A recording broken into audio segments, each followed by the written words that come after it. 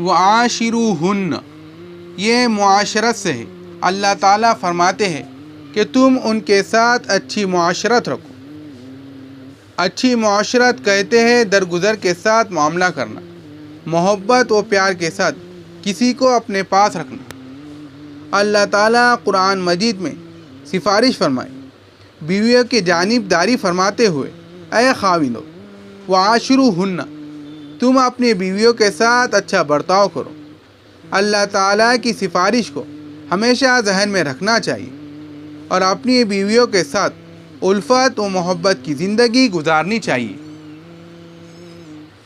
پھر اللہ تعالیٰ کی سفارش اپنی جگہ، نبی صلی اللہ علیہ وسلم نے بھی اپنے آخری وقت میں جب دنیا سے پردہ فرما رہے تھے سفارش فرمائی، وصیت فرمائی۔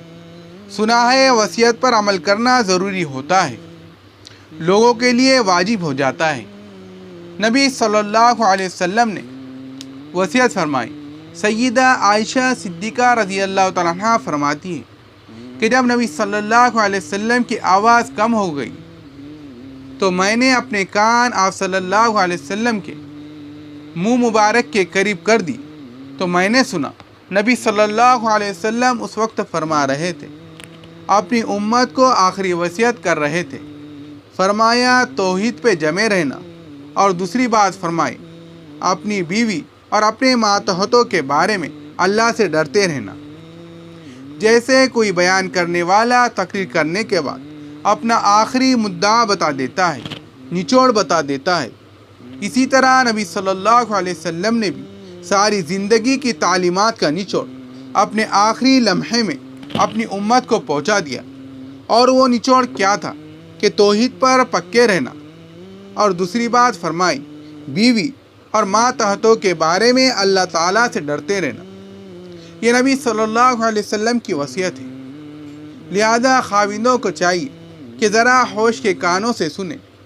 اللہ تعالیٰ نے بھی سفارش فرمائی وعاشروہن بالمعروف، اور نبی صلی اللہ علیہ وسلم نے بھی وصیت فرمائی، لہذا چاہیے کہ نبی صلی اللہ علیہ وسلم کی وصیت پر بھی عمل کریں اور اللہ تعالیٰ کی سفارش پر بھی عمل کریں، اور گھروں کے اندر ہم نیکی والی زندگی گزاریں۔ پھر دیکھیں اللہ کی رحمتیں کیسے نازل ہوتی ہے۔ ہمارے پیر و مرشد حضرت مرشد عالم رحمۃ اللہ علیہ اپنا واقعہ سنایا کرتے تھے۔ ایک مرتبہ وفات سے 1 سال پہلے کی بات ہے، فرمانے لگے کہ میں وضو کر رہا تھا، بیوی پانی ڈال رہی تھی، وضو کرنے میں میری مدد کر رہی تھی۔ ایک مرتبہ پانی ڈالنے میں اس سے ذرا سی کوئی کوتاہی ہوئی کہ اس کی توجہ کہیں اور تھی، تو میں نے اسے ڈانٹ دیا، وہ خاموش ہو گئی، صبر کر لیا، آگے سے ایک لفظ غصے میں نہیں بولا۔ میں وضو کر کے جب مسجد میں نماز کے لیے چلا، راستے میں یہ آیت میرے دل میں آئی کہ اللہ تعالیٰ تو سفارش کرتے ہیں، اور میرا یہ حال ہے کہ بیوی نے پانی ڈالنے میں تھوڑی سی دیر کر دی تو میں نے اس کو جھڑکی دے دی۔ میں نے بیوی کا دل توڑا، وہ تو صابرہ شاکرہ ہے، آگے سے ایک لفظ نہیں بولی، مگر میں نے تو جھڑکی پلا کے دل توڑ دیا۔ اب میں بیوی کا دل توڑ کر رب کی نماز پڑھنے جا رہا ہوں تو وہ میری نماز کیسے قبول کرے گا؟ میں کیسے امامت کے مصلی پر کھڑا ہوں گا؟ فرماتے ہیں جماعت ہونے میں وقت قریب تھا، میں نے کہا میں آنکھیں نماز پڑھاتا ہوں، انتظار کرو۔ پھر واپس گئے اور جا کر اپنی بیوی سے معافی مانگی کہ مجھ سے غلطی ہوئی کہ معمولی سی بات پر میں نے ڈانٹ پلا دی۔ بیوی تو پہلے ہی معاف کر چکی تھی، اس نے مسکرا کے کہا میں تو اس بات کو بھول ہی گئی تھی، میں نے معاف کر دیا۔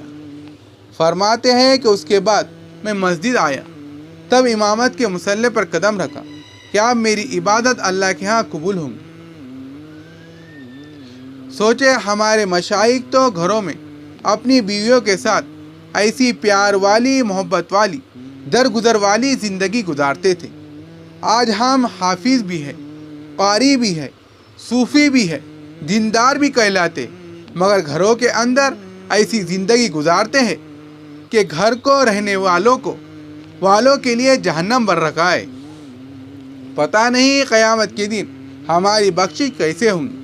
پروردگار ہمیں سمجھ عطا فرمائے، جو غلطیاں کر چکے اللہ تعالیٰ معاف فرما دے، آمین۔